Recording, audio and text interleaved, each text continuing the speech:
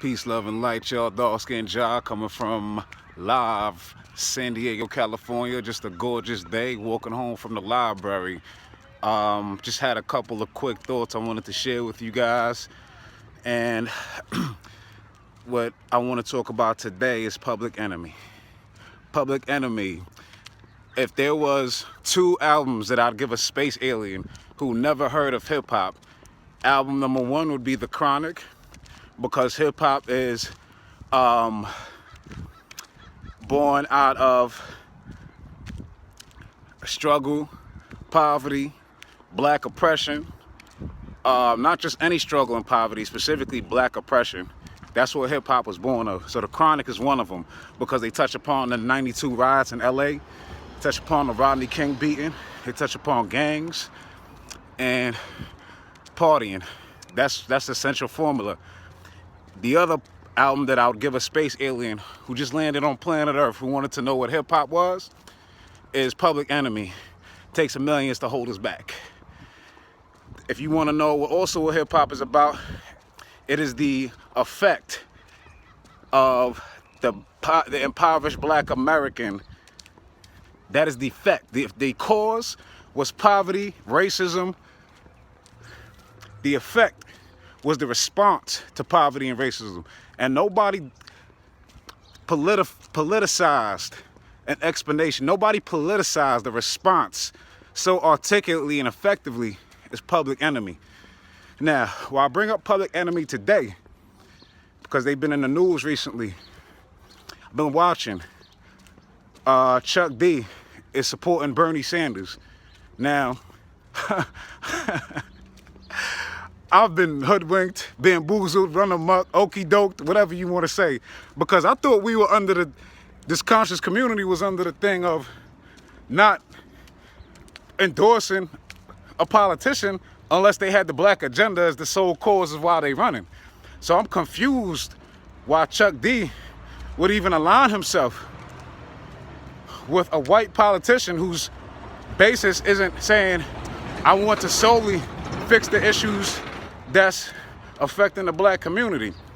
So with that being said, I was confused of Chuck D's affiliation with Bernie Sanders running for president. I didn't like it. Fast forward to today, I wake up and I'm seeing all over the news circuit that they kicked out Flava Flav out the group. Now, I'm no Flava Flav apologist, but I got to keep it extra funky as far as Flava Flav's role in Public Enemy. There would be no Public Enemy if it was for Flava Flav. We see him now, doing a lot of clownish behaviors. He's trying to do whatever he needs to do for a check. I'm not an advocate of that, but I can't front. I must keep it all the way funky. Flava Flav is the reason, he's an iconic figure and the reason we even paid attention to Public Enemy. Public Enemy, without Flava Flav, maybe might turn a lot of people off.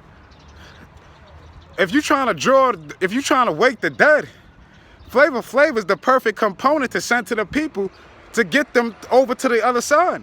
So to minimize his contributions is crazy. There would be no Public Enemy without Flava Flav.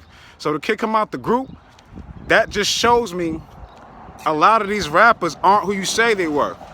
I'm not necessarily singling out the Flava Flav incident, but I do want to go back to the early 90s when Chuck D kicked Griff out of the group, the Minister of Information, the one that is responsible for all your political content and why you selling records in the first place, why you're able to write a lyric in the first place. He was your Elijah Muhammad in a way. You know what I'm saying? So with that being said, the reason why Professor Griff was kicked out of the group is because Leo Cohen, a Jew, walked up to Chuck D and said, your friend, all he did, he told the truth about Jews and their way they oppress black people. And then you went to that man, that Jewish man, Leo Cohen, went up to the brother, Chuck D, initiated the classic divide and conquer tactic, and told that man, if you want to sell another record, you must get rid of your friend who's the most politically astute member of the group. He listened, got rid of his own mans that he founded the group with, just to keep his dollar and his record contract. So it doesn't surprise me that Chuck D will pull off another move like this. We gotta be super woke in 2020. A lot of these people who's coming off as woke, you gotta check their motherfucking stats.